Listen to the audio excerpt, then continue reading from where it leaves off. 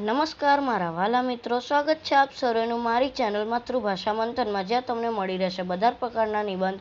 તો આજનો મારો નિબંધ છે મારો પ્રિય તહેવાર દિવાળી. તમે આ નિબંધમાંથી તમારી નોટબુકમાં લખી શકો છો અને તમે તમારા રીતે પણ તમારો પ્રિય તહેવાર લખી શકો છો. આ તો જસ્ટ ખાલી એક ઉદાહરણ છે કે તમારે આ રીતે લખવાનું છે. તો ચલીએ શરૂ કરીએ. મારો પ્રિય તહેવાર દિવાળી. ભારત વિવિધ તહેવારોનો દેશ છે. અહીં દરેક તહેવાર પોતાનું એક વિશેષ મહત્વ અને આનંદ લાવતો હોય છે. મને દરેક તહેવાર ગમે છે, પરંતુ મારો સૌથી વધુ પ્રિય તહેવાર દિવાળી છે. દિવાળીનો તહેવાર પ્રકાશ અને આનંદનો તહેવાર છે. તેને દીપાવલી પણ કહે છે. દીપાવલી શાબ્દિક અર્થ છે દીપોની પંક્તિ. આ તહેવારમાં લોકો ઘરોની સાફ સફાઈ કરે છે, ઘરને રંગોળીથી અને લાઇટોથી શણગારે છે અને રાત્રે દીવડા અને પાટા વહાવે છે. દિવાળીનો તહેવાર 5 દિવસ ચાલે છે: વસુ વરસ, ધનતેરસ, કાળી ચૌદસ, દિવાળી અને નવું વર્ષ, અને છેલ્લે ભાઈબીજ.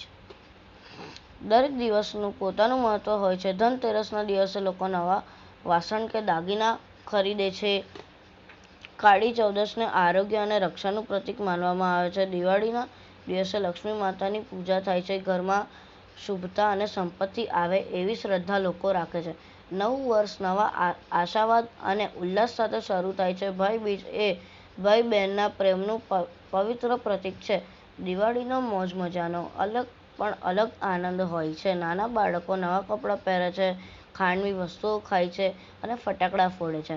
મોટા વ્યક્તિઓ એકબીજાને શુભેચ્છા આપે છે. આ તહેવાર લોકોના જીવનમાં ખુશીઓ અને સમૃદ્ધિ લાવે છે.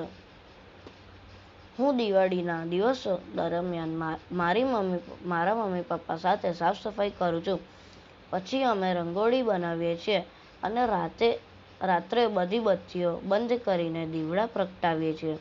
અમારી આજુબાજુનો આખો વિસ્તાર પ્રકાશથી ઝગમગતો બને છે, જે ખૂબ જ સુંદર લાગે છે.